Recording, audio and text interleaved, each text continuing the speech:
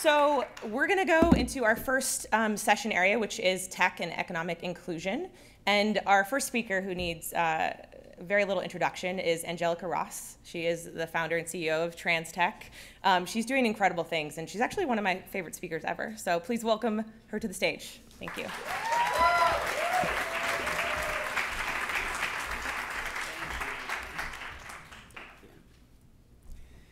All right, I'm going to make this very easy, very quick. I got my stopwatch on. How many of you saw or may have seen me on I Am Kate?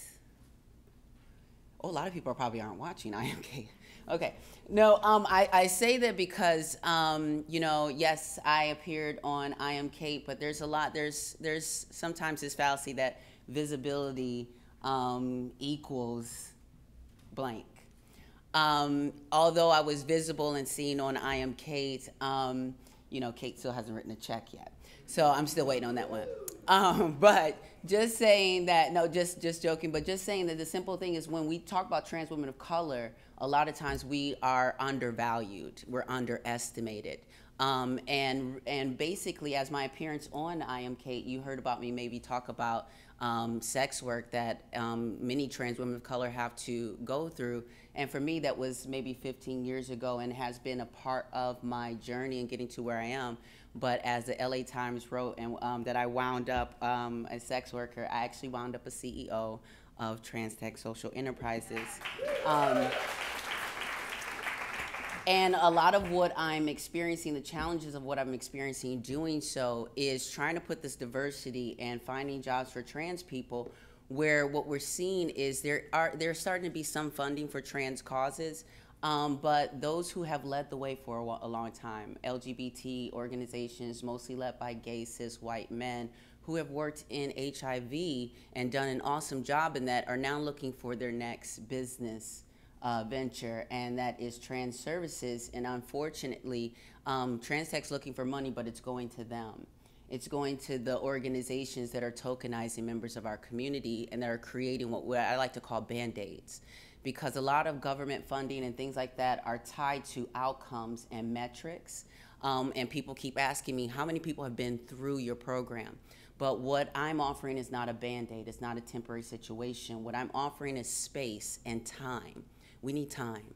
Some people are ready right now and are able to work right now. Some people have been kept out of the school, out of the church, out of the kitchen table, out of the office. They've been kept out of so many developmental spaces that they need time to be around other people like them, to have time to actually focus and not hear insulting and harassing things and not be scared for their life or their safety.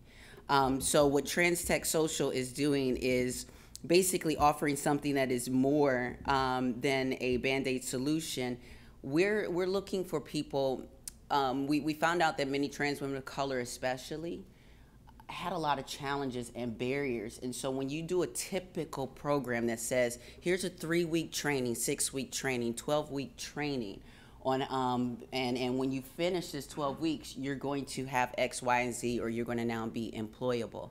But what happens is a lot of the trans women of color that I've ran across miss a day or 2 or 3 or 4 because of the challenges. And in most programs, when you miss X amount of days, you won't graduate. And so with TransTech, we created a program that assesses where each person is, where they start from, what are you starting with, and each of our, and it's individualized coaching and mentoring around what does the individual need to learn, what is their individual path. Maybe I need a job with a full-time job with salary and with benefits because I'm looking to do some transition things. Maybe I've just got it started in my transition, I'm trying to figure out who I am. I don't feel really comfortable right away presenting in an environment. Maybe I would benefit from having freelance jobs where I can work where it doesn't matter what I look like or what I sound like as long as I can do the work. So what I'm asking for, as I asked earlier, is one thing to help create this diversity is for everyone to join in and know that we have to do this together, but for people who join in and to not be looking for accolades, looking for plaques, looking to be lifted up as a hero. We need people who are going to be humble and come in and share what you have to offer. So being a member of Team Trans Tech is all about knowing that you have something to offer and that there's something for you to receive in our space. So we're looking for people LGBTQIA as volunteers, as community members, to do a training, do a workshop, to provide mentorship, to provide space. Because as I said earlier, what trans people specifically need, what marginalized people typically need is space to figure it out. Thank you. So I'm going to introduce our next speaker who I'll be speaking with. I love it that I'm seen with her and at all these different events and at Lesbians Who Tech, and we're just everywhere together. You know, can we get our picture together later too? Please welcome up here Megan Smith, our Chief Technology Officer.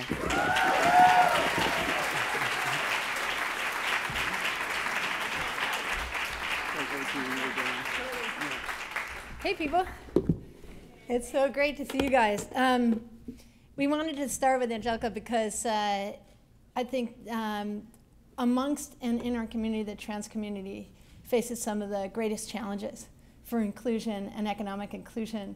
And it's through all of us getting together and being really smart and coming up underneath our innovators who have answers to a path and helping them do their thing is critically important. And so we wanted to start with you.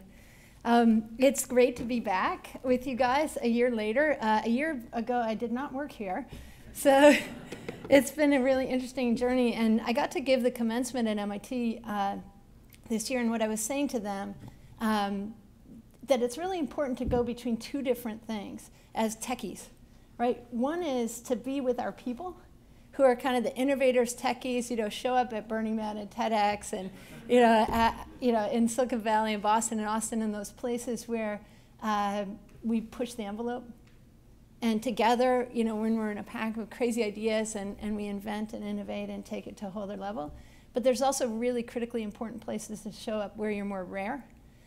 Your skill set is more rare, and there's people who have their extraordinary skills that are, our colleagues on the planet. And so one of the challenges that we've had in government is we've had less technical people, with obvious exceptions like NASA and NSF and NIH and those particular places in government. But in the federal government, less technical people at the principal table, together with incredible colleagues, scientists and others there. And really, we call them like TQ, like IQ and EQ. That's us, the tech skills. There's sort of the science and eng Q, and there's humanities Q. And most of the government is really people who are extraordinary at legal things and writing and legislative and all those areas, but not necessarily the coders. And so they often sort of throw that stuff over the fence rather than work in collaborative teams together. So it's something that the president is really trying to do, is bring technical people into government and lift those extraordinary technical people who are already here up to have more of a voice in architecture and how we do things and make us much more cross-functional. So that's sort of part of why I came. The other thing that I wanted to note was that it's just been extraordinary to be in this position. We have a meeting, a stand-up, every morning in the Roosevelt Room, which is next to the Oval, that Dennis McDonough, the president's chief of staff, runs. And there's about 30 folks in there. And there was a morning when my colleague Michael Botticelli had just been confirmed. And he said, "It's an amazing day in America when an out gay man in recovery is the drug czar." So it's really awesome to work with this team, with the president's team. It's the most diverse team I've ever worked on. And it's broad, and the leadership between Valerie, the president himself, all of the folks here are really focused on all Americans having opportunity, including all of us. So it's been great to be part of that. I wanted to just mention something that I got to do earlier, and then I'll hop into innovation and tech. How many people have ever seen this sign right here? It's right outside of Independence Hall. It says Gay Pioneers, demonstration July 4th, 1965. To 1969. Do you guys know about this? Anybody in this room know about this? I did not know about this. Yeah, so it turns out that before Stonewall, there were these group of extraordinary people, they're right here, And they were led by Barbara Giddings and Frank Kameny. Frank lost his job from the federal government for being gay. He was somebody who worked forever on inclusion. Barbara was one of the key people who started to get our stories into libraries. So if you've seen Celluloid Closet and some of the work that Vita Russo and others did, that sort of the book side of that, she was the leader there.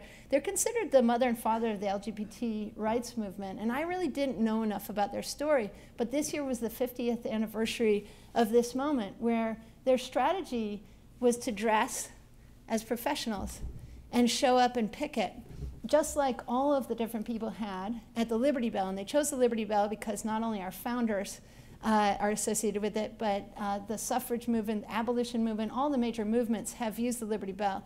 And so they showed up and they would have this kind of quiet protest, and they were dressed, like skinny ties.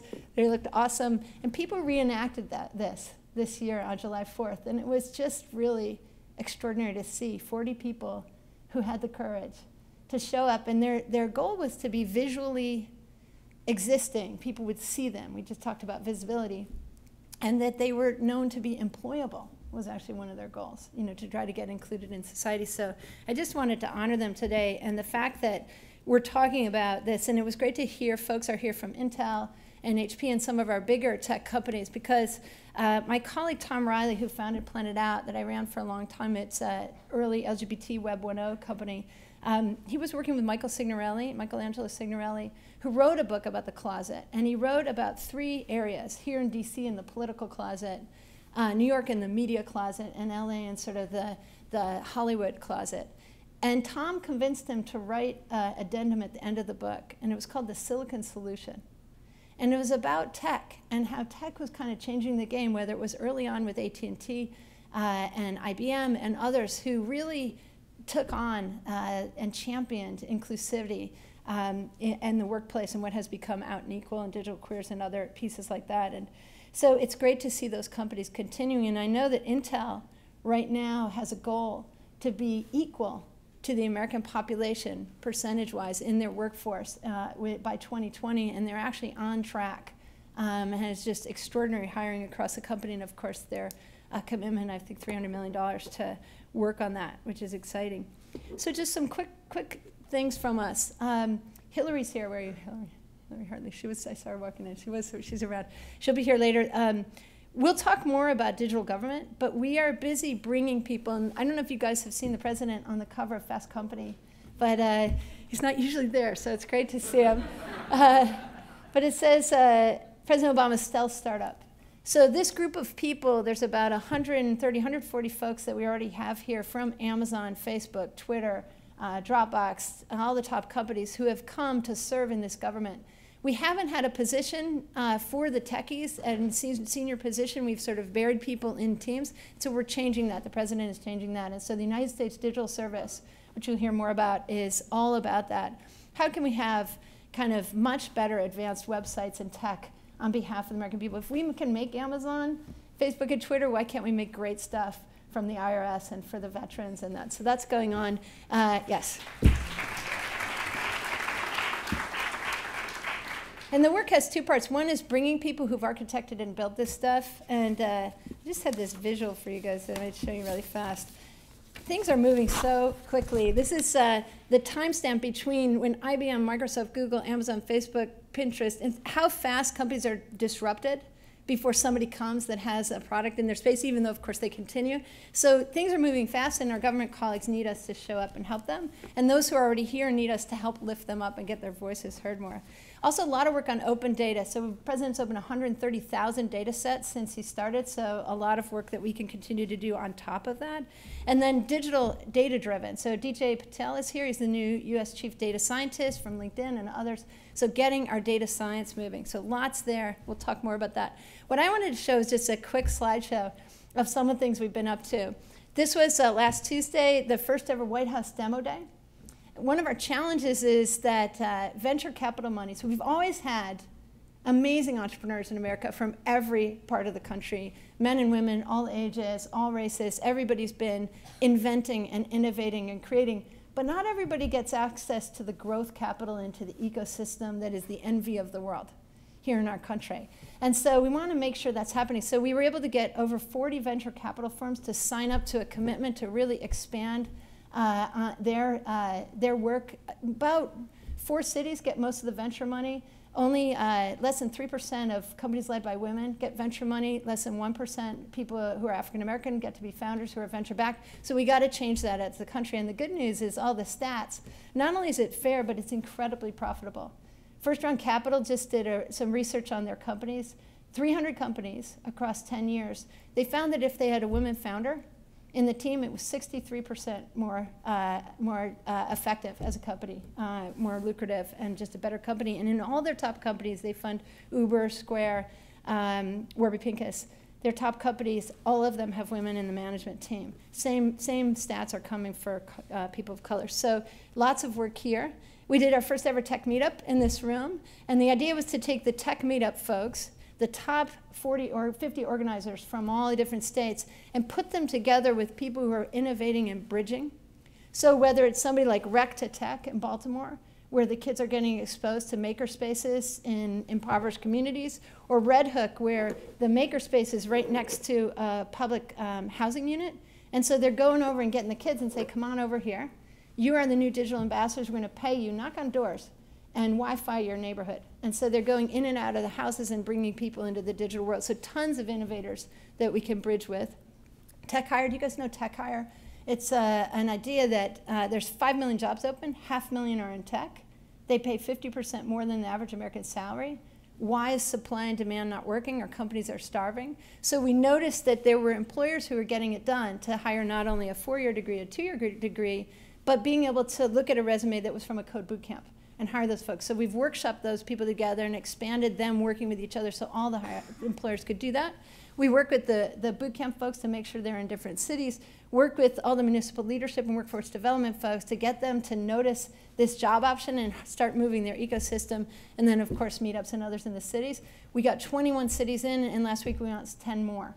So people are starting to do this. We want to ramp that and double that. Makerspaces, I was just up at Fab 11. So the president hosted the first ever White House Makers Fair a year ago, and we just did a national one. So getting the mayors and everybody to start to do this. It was just at the Fab 11, Congressman Bill Foster has introduced a bill that every congressional district would have a Fab Lab, and that we would have a charter that he's putting together, just like the Boy Scouts and others have a charter. It's not funded by that, but it's structured by that and allows you to have a national network of that. So I encourage you to write to your Congress folks and encourage them to get these spaces available so all Americans have a space to go and make. Active STEM, you guys saw our coder-in-chief write his first line of code. He actually shared with me that he had done some punch card stuff when he was younger. But we said, this will be your first modern code. He said, okay, deal. So he wrote Move Forward 100 and also moved forward 100 steps in Scratch. So just trying to shift. We really understand as a country that you wouldn't go into PE class and hand all the kids books and have them sit down, right? And so we have this knowledge that we've figured out that PE is taught by doing, but we haven't figured that about STEM. And so we're working as hard as we can to build a movement around that, and I would love to talk to people about that work, but there's great work there. Media bias. There's just extraordinary media bias. How many people have ever seen in the LGBT space the film Celluloid Closet? Yeah, it's an amazing, if you haven't seen it, you should see it. It shows the propaganda of how we are represented in media across a couple decades and where we've come. Same thing's going on around STEM and tech and who gets to do it. Gina Davis has groundbreaking measurement work that she did with USC. And when you're watching TV, for every 4 characters, only one's a girl in children's and families television. And of every 5 characters in STEM, only one's a girl. And out of every 15 characters, it's 15-to-1 programmers shown as a boy or a man versus a girl or a woman. So it's a serious problem that we have. We need our colleagues who have unconscious bias in Hollywood to write us into the stories and show our children that everyone codes and everyone does this techie thing so that they can feel comfortable and come into that. So we have a lot of outreach work here. This is an example of several initiatives we're doing where we bring folks together like you guys are doing today. We brought together a group of amazing police chiefs, 2 we're working on extraordinary open data, Dallas and LA. 2 we're working on data for managing the police force, that was Camden and some folks from the Carolinas. And we were able to get them into working groups, and now there's 21 cities working on opening data and using data more effectively to really get in a better position for how we're policing and how we're working together as communities. And we continue this kind of work, whether it's working on connectivity. We're just out in the Dakotas and in Minnesota working on connectivity on the reservations. Getting people like us who work on that tech stuff to show up together with community and other people in cross-functional teams to really solve problems together and see how government could, instead of being parental, be more of a stage on which the play can happen and bring resources and safety net for folks, but really let Americans do the extraordinary thing that we always have done for all history and get us interconnected into that. Last thing I'll just mention is something we're working on for September, which is the UN General Assembly will meet every year. They meet towards the end of September. And they're meeting this year around, and they're going to ratify the Sustainable Development Goals, which are like the Millennium Development Goals, those 15-year goals that we set as a world. So the Humanities Q folks have put that all together. And so they'll be ratifying those. And we're going to have a summit where we want to hear from people on every continent who already have solutions for these and get the techies' voice into the meeting. So we're going to be doing that on Sunday night. So as people have ideas there, we want to hear from you guys about solutions that exist. So I'm going to end there. And Angelica, you're going to come up, I take it. We're going to go into that. But it's great to have you guys here. It's through cross-functionality that so many things get solved. And I always think about our founders. Our founders, you know, the world doesn't, the universe doesn't divide things into science and math and, you know, humanities and different things. People are really cross-functional, and the founders of this country were incredible polymaths. The first geographer of the U.S. is really George Washington, you know, as a surveyor. And Thomas Jefferson, when he wrote the Declaration of Independence, a friend of mine studied what else he wrote during those 2 weeks, and just extraordinary amount of stuff. So just getting, if you don't know the topic, get together with people who know the topic. I'm looking forward to all the things you guys are going to come up with across our 4 majors for this day today. So Angelica, we want to hear from you guys quickly. The idea is, based on some of the different things you've just heard from us and things you are personally already working on that you're thinking about, we want you to just talk to 2 or 3 people near you quickly to surface, like, what are you thinking about? It might be a challenge, it might be a solution. I wish everyone knew this. And sort of see if we can crowdsource out of the room just our thoughts in this moment. And then we'll do a little bit of popcorn across, and then we'll move to the next topic. So let's take a couple minutes, just grab someone, and what are you thinking about? Maybe half of it might be what might we do, and half of it might be the challenges and other ideas like that. So go.